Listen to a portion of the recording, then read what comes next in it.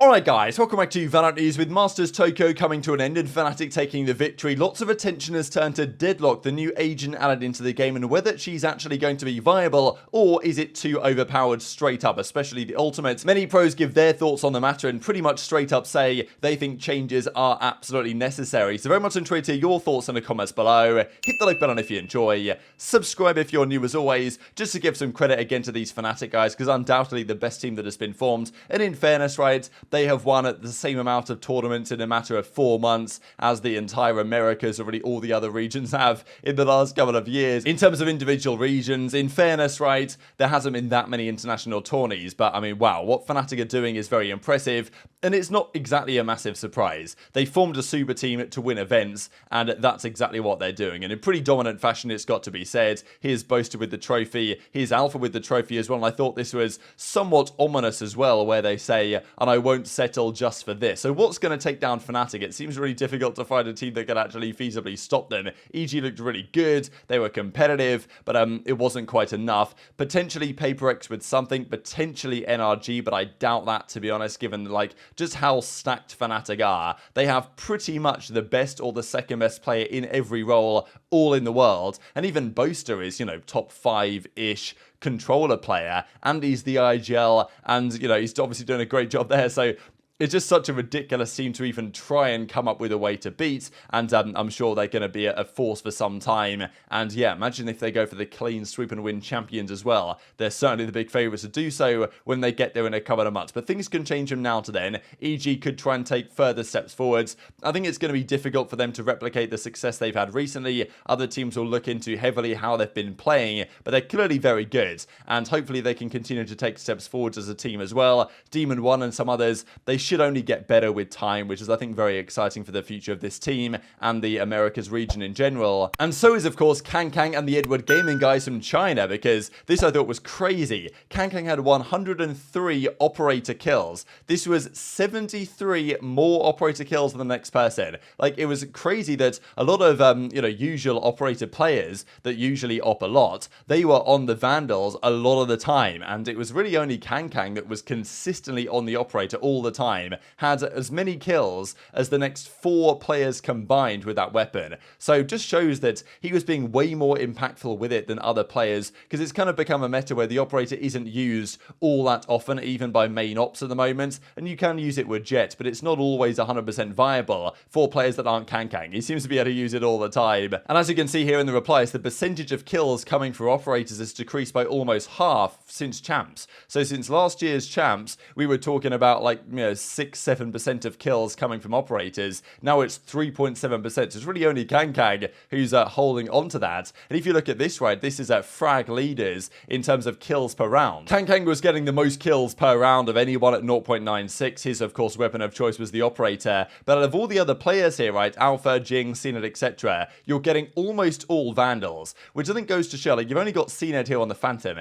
Everybody else is on the Vandal, which I think kind of shows where the meta is at the moment. I think it makes sense, but it's very rare you see too many Phantoms being used at the moment as a weapon of choice, and cNed's doing a good job with it. But yeah, the Vandal is definitely dominating the meta as it stands on the professional level. There was also the clutch percentage, the highest ones. This is obviously a little bit difficult because some of these players will have got into potentially a lot of 1 versus 1s, and some of these players might be great in the clutch, but had to, you know, found themselves in a lot of 1v3s where these situations, obviously the chances are less, right, but it's counting all 1v1s, 2s and 3s. So Smoggy has the highest percentage, then Demon 1, then Ethan as well as here. So lots from the Evil Geniuses side, which is pretty interesting. Not many from Fnatic, which is no surprise because they don't get into many clutch situations. They always win with man advantages, and that's what we have here. I mean, how scary is this? We saw this yesterday that 4 of the top 5 rated players were Fnatic players, but even Boaster is still on here in the top 10-ish because he's here tied at 1.05.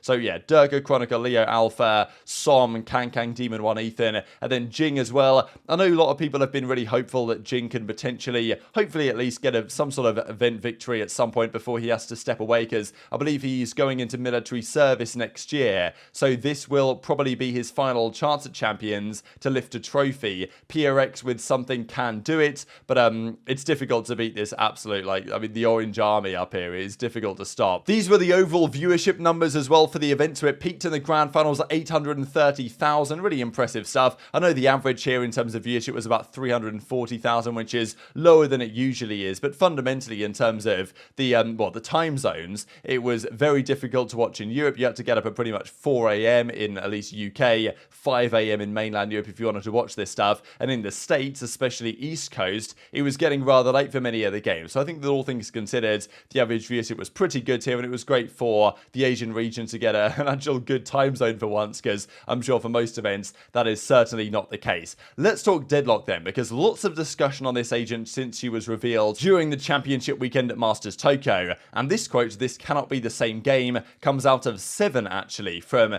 technically still TSM. So we saw the abilities yesterday, we looked at it in some detail, but as 7 says, this can't be the same game we've been playing for the last 3 years. And I think this is the point that some pros are getting somewhat frustrated now, because a lot of these guys, they came from Counter-Strike, right, where things are pretty simple. You spawn in as it is, and even when this game, Valorant, first launched, a lot of the agents, I used Brimstone as an example yesterday, but I still think that's a viable kind of discussion point, where Brimstone has a smoke, he has a molly, and that's pretty much what he's got going for him. Whereas now and over time, things are going to get increasingly chaotic in terms of the new agents they're going to add in and some of the ideas they're coming into play. So this is, for example, the ultimate ability that you guys can see here used at the ends, where they go into like a cocoon and the player gets dragged in. And this is also a key point as well, because people are talking about using it in a 1 versus 1. But look at this example here, where Neon's trying to defuse the spike, and here comes Deadlock around the corner, uses the ultimate, and just straight up drags Neon off the spike defuse. And this could be a viable option, right? Let's say someone's planting or defusing the spike.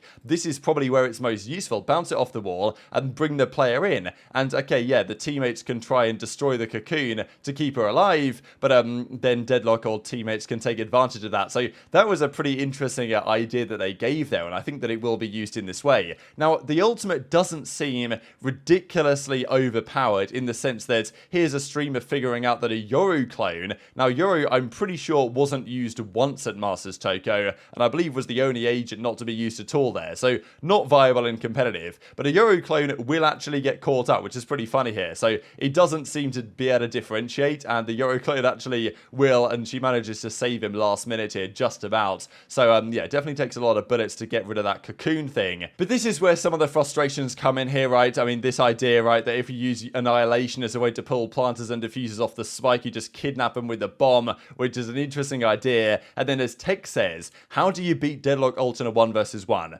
Just save, or what's going on? You're playing up against Deadlock, do you just save it? Now, honestly, I think most of the abilities are relatively, they don't seem too overpowered, and they seem somewhat balanced. I mean, I think when Harbor came out, the balance there was actually pretty good. He didn't have like insane abilities. I know that earlier people thought, okay, he's going to be either terrible or really good, but actually he's pretty in the middle, Harbor. So I think they did a pretty good job of balancing him, because quite often new agents come in and they just dominate, right? In a lot of different games this happens, where they want the new agent to be very viable, whereas Deadlock might not be so much, but the ultimate is still very good. Tex doesn't seem so convinced about it. It is actually, though, possible to dodge, like a Sova ult, like a Brimstone ult. If you see this coming your way in a 1 versus 1, and even then you've got to get ready to activate it, it is possible to actually get out of the way. It's difficult to do, but it can be dodged, technically, if you're quick enough. So I think that in a 1 versus 1, it's not going to be like an easy W guaranteed for the Deadlock player, because,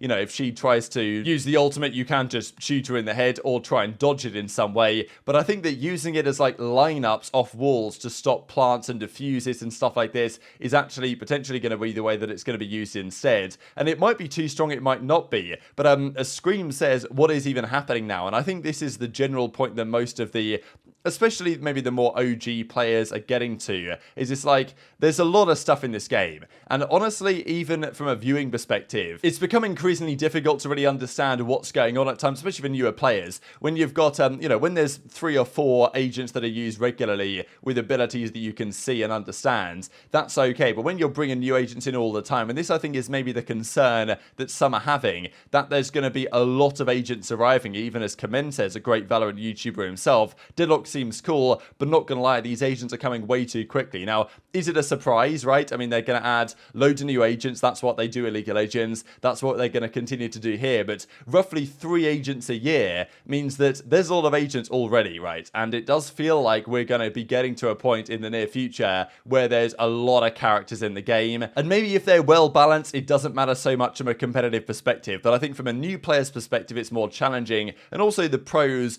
don't seem particularly keen on it, right? Even as Liquid Soulcast says, starting to hate these ults where the game just unplugs your keyboard and you just have to sit there and accept death most of the time, which is, you know, a fair point, right? Sometimes you play up against certain ults where there's nothing you can do, and this is one example. Should there be a way, let's say it was a 1 versus 1, specifically, is there a way where maybe you get caught up in the ultimate cocoon, you can like spam a button combination that will get you out of it or something? I don't know, it's clearly not their intention with the design, but you know, I can understand Soulcast thinking like, what is this? What are we even playing anymore where I'm getting, you know, cocooned up, and if I get to the end of it, I'm gonna die. So very much interested in your thoughts in the comments below. Hit the like button if you enjoyed, subscribe if you're new, take care, and I'll see you next time.